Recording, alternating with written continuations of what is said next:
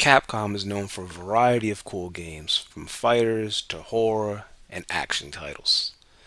The fighting game department has produced a multitude of quality fighters that myself and many people love, most notably Street Fighter and the Versus series.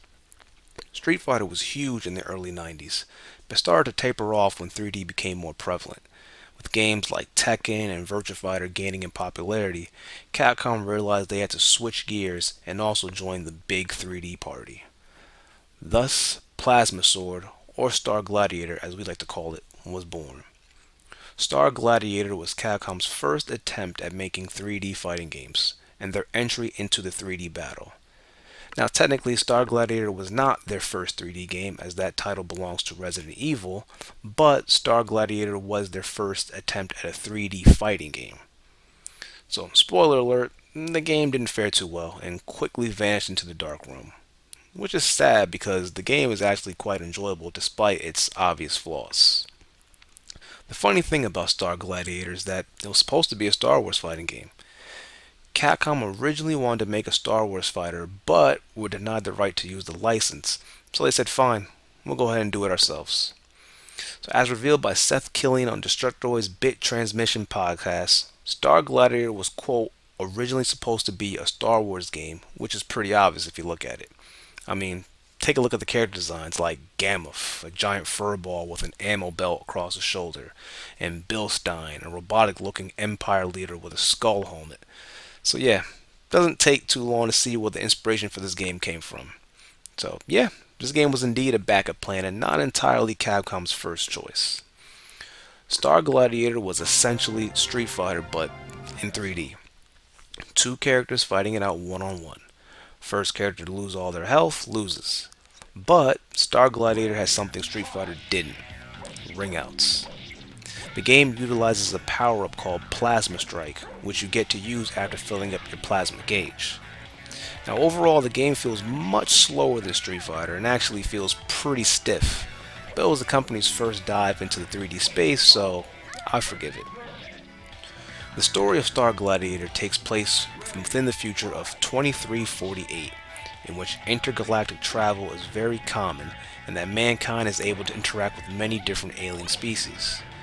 Dr. Edward Bilstein, a Nobel Prize-winning German-American physicist for the Earth Federation, uncovers the secret to humanity's sixth sense, a technique for capturing the energy of the human mind, and discovers how to use it as a new type of energy source called plasma power. So while Bilstein is able to gain fame and fortune for his discovery of plasma power, the Earth Federation initiates a private investigation into the matter and is shocked to learn and discover that Bilstein has used actual human bodies during his plasma power experiments. Plasma power itself is not without issues, and is practically an indirect cause of the series' main scenario. Plasma power itself was derived from Nazi experiments on concentration camps and internees to find and correlate the source of magic. It was plotted to not be just a superpower exploited into a weapon, but evidence of the supreme Aryan godhood and superiority that the Nazis prided themselves on. So, yeah, pretty wicked. So through this horrifying revelation, Bilstein is arrested and exiled from Earth for his heinous crimes, being placed in a floating prison satellite that orbits the planet Zeta. 4 years later, Bilstein, who is now in a cybernetic body, escapes from the prison and gathers his own group of fighters and forces, calling his new group the Fourth Empire, and declaring his personal conquest of the universe. Realizing that Bilstein must be stopped at all costs, the Earth Federation decides to gather people who are able to use plasma power from within their own given right, and attempt to destroy the Fourth Empire before they're able to conquer Earth and the rest of the universe. So, that pretty much wraps up the quick summary of Star Gladiator. The game was pretty meh, but again, I am a Capcom fighting game fan, so I ended up putting up with it.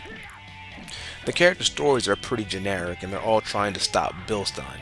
And now when I say generic, I don't mean they're bad. I'm just saying that they're all fighting to put a stop to Bilstein, but their individual backstories are pretty good. I would definitely go into them in a later video. Some of them are actually pretty cool, and some are pretty downright dark. You obviously got Hayato, who is the main character and is essentially future Ryu. I mean, there was even a rumor at one point that he was a descendant of Ryu, but Capcom seems to have gone quiet in regards to that. This game wasn't huge and could not become a big franchise I'm sure Capcom wanted, but it was still a cool game that has some decent lore. I wish Capcom would go back to these older franchises and renew them. Give them a fresh new coat of paint, especially the fighting games. Fighters are my favorite genre, and while I love Street Fighter, I would love to play something else from Capcom. The Versus series is all but dead thanks to Marvel vs. Capcom Infinite, and Capcom forgets these other games even exist. Power Stone, looking at you. There's no doubt that Star Gladiator needed a lot of work, and the sequel on the Dreamcast didn't fare that much better, honestly. Was it an improvement over the second one? Most would say, well, yeah, of course. But honestly, I'm kind of on the fence on that one. I mean, the game is faster, and looks better, has more characters, but I miss the theatrics of the first entry. The game felt bigger and more grandiose to me. Star Gladiator was awesome for what it was doing in its time. I mean, who didn't want to play a Star Wars looking like fighting game? Who didn't want to use Ryu but also wield a nice lightsaber or fight a Darth Vader looking boss? Pretty much summed up what the 90s were about. And it was definitely a taste into the future. It's funny, Star Gladiator ended up bombing and being, not great for Capcom, but it also taught them a lot of lessons. Taught them what not to do and kind of what to do, especially when it came to 3D games.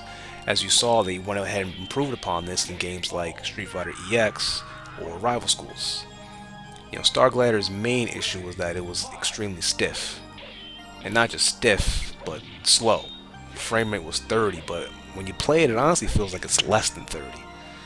Capcom realized this, and going forward in future titles like Rival Schools, which uses the exact same engine, upped the game to 60 frames and made it mandatory to give it that fast-paced, quick Capcom feel.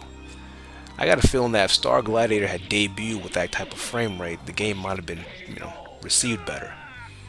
By the time the sequel came out on the Dreamcast, it was a little bit too late.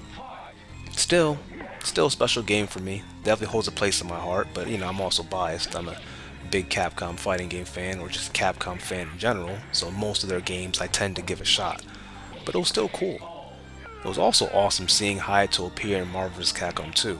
I thought that was really cool. And they did a really good job transitioning his sprites from 3D to 2D. Shouldn't be surprised, I mean, this is the company that made him.